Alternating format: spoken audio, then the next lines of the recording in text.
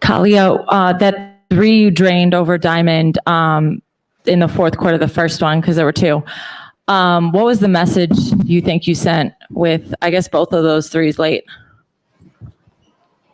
I think it was 2 competitors out there. She came down, got the N1, gave me a little, yeah. So I think that, this is all fun in the game. Come down, you get the bucket back, you give it back. That's just what you do. But all good vibes out there, competing. I'm trying to get this playoff spot for my team. So it's whatever it takes. Yeah, all season long, I think everybody's talked about, whether it's coaches, your teammates have talked about, this team going as far as you take them. And tonight we saw that reflected on the court. How much confidence does it give you to bring your team to this moment? It's important for me to lead, not only leading by putting the ball in the basket, but giving us that energy, talking us through possessions, tight huddles, talking on the bench, just talking through communicating through everything. So it's important for me every possession, whether shots are going in or whatever, for me to be that person for this team. And then last one for me, this has been a pretty adverse season, but you guys with this playoff berth have sustained success here in Chicago. Despite the adversity, what's the significance of being able to, again, maintain that postseason success in Chicago? Us continuing to stay motivated, continue to just know that whatever adversity that hits us, we can handle it. I think that the thing that I like about this group is the personalities. I think, like I said before, you have people who haven't been on WNBA rosters. You have people who are underrated. You got people who are overlooked. So putting that all together, and then, y'all talking about we ain't gonna make the playoffs. That's just what we do. That's how we respond. Carly, Dana, do you have anything to add to that? You were here for the last 2. It just feels good. I feel like we play better when we got something to prove and we got a little chip on our shoulder. It just goes to show you that, like, we're winners and we want to win. That's all I got to add. She pretty much hit on everything else.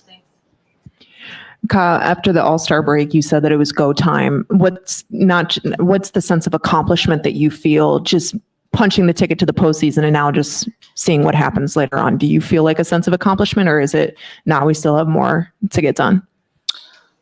It's always more to get done. But one thing that I just reflect on with my career is just to enjoy and just don't let moments like these just be like, okay, I've accomplished something, on to the next, really relish in the moment. This was a tough season.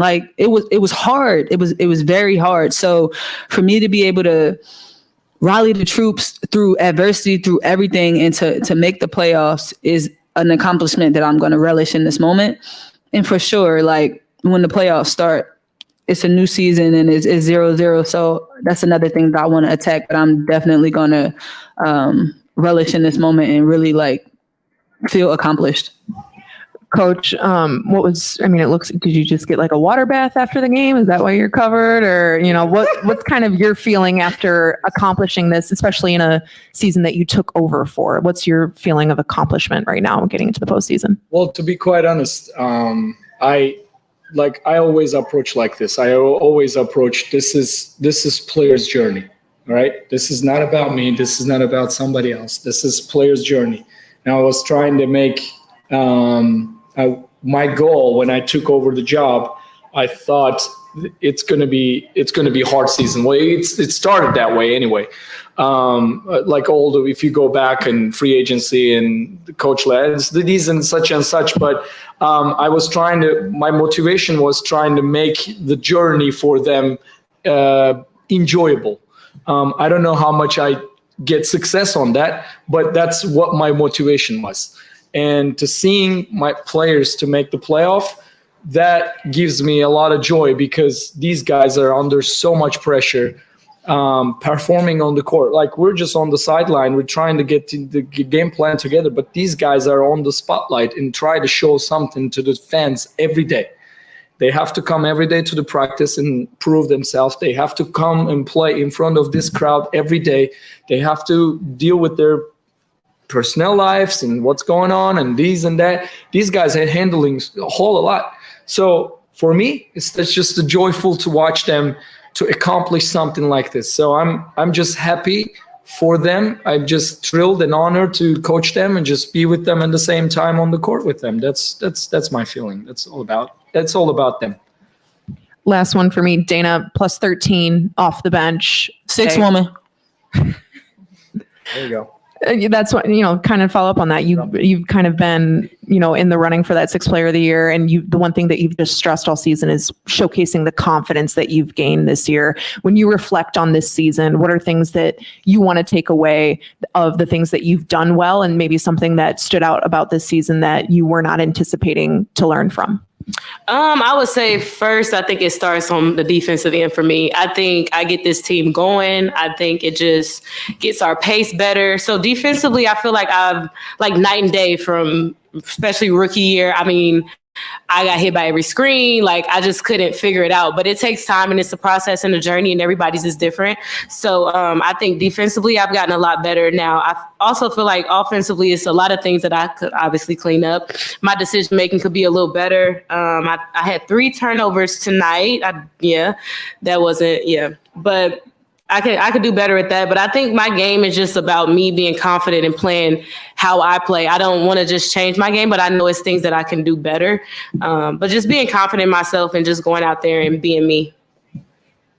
Following up on that, Kahleah, as her teammate, what's your case for Dana as Sixth Player of the Year? Kind of what do you guys see that maybe fans, maybe media doesn't see, just in terms of what she's bringing to this team? I'm seeing her production offensively off the bench. I don't know who else is up there with her. And also, she's a two-way player. There's nobody coming out there picking up full court, then coming down, running the offense, and still coming down and getting the bucket. Like I told y'all before, it's not that many two-way players out there in this league. So with Dana at her size, with her heart, like, it's nobody doing it. So for me, it's no case. Like, it is what it is. The results say it on the box score every night, and she go out there, she defend, and she go out there and she get buckets, and she bring that energy for us. And then kind of for both Dana and Kahleah, a lot of the talk at the beginning of the season was just kind of wanting to figure out what the identity of this team was going to be with so many new players. What do you think that identity is now that we're reaching the end of the regular season? How would you guys describe that identity? I definitely think we're a really resilient group. But I think, like, defensively, when we're able to get stops and we're able to get out in transition and get those easy buckets, that's what we got to hang our hats on. Being disruptive, getting stops, getting the rebound, and just playing out of that. So yeah, defensively, like, if we're locked in, we're really good. All right, my first question is for. I think it's just we're just a scrappy group. Like, we have a lot of personalities, big personalities, but we all want to win. And I think that brings us together more, because we all know at the end of the day, we want to get this W for each other. So I think that just make us play better, just being scrappy and being together. All right, I'm just going to start with Dana. Looking at the bench, you all were plus, I think, 23. And you speaking about your leadership and all the things that you do individually, I think the commanding of the second unit is really what's kind of parlaying things into a positive thing for you. So how important is that dynamic of the team going into now the playoffs for you specifically? Great question. So for me, being that point guard and being that leader on the floor for us, I think I have done better with being able to think next play and bring everybody together and think. Like, you can't think about yourself in those moments. You have to be able to say what we're doing well, what we're not doing well. Like, when we do huddles, I try to be really vocal and, like, put us in situations and let us know the plays and everything like that. But I think just me being a leader has to be the team first, and then everything else follows. And I would like to add to it as her coach. Like, when she started talking about, she said first about turnovers, right? So she's actually plus minus. She's the highest plus minus. She's plus 30. When she's on the court, we're the highest plus minus. So give her a benefit of the doubt that she's organizing her team. She's doing a really good job with the second group when she's in. She's, as Ka said, she's not only scoring, and she's defending and scoring and finding people. So it's very, very important. And these guys have been very critical on themselves. I want to say in front of you guys, they're doing a great job. They're just being too hard on themselves. But they're doing hell of a good job, actually. And then my next question for Coach. So of course you spoke on pregame, taking things and putting your own little flavor to it all. It seems like you've been running more 3-player actions with like maybe span pick and roll, like handoffs, things like that. How have you felt they've incorporated those things now that we've come to the end of the season, just as far as changing the philosophy a little bit? Changing at the end? Yeah, changing from what James was running to the things that you like to run a little bit. Well, here's the thing. I thought we can do a whole lot of things because we have very good guards that capable of doing a whole lot of things, you know. I actually put them very uncomfortable situations during the games, during the practices, and they respond to it very well. And they bought in, and they trying to run the way that we trying to implement.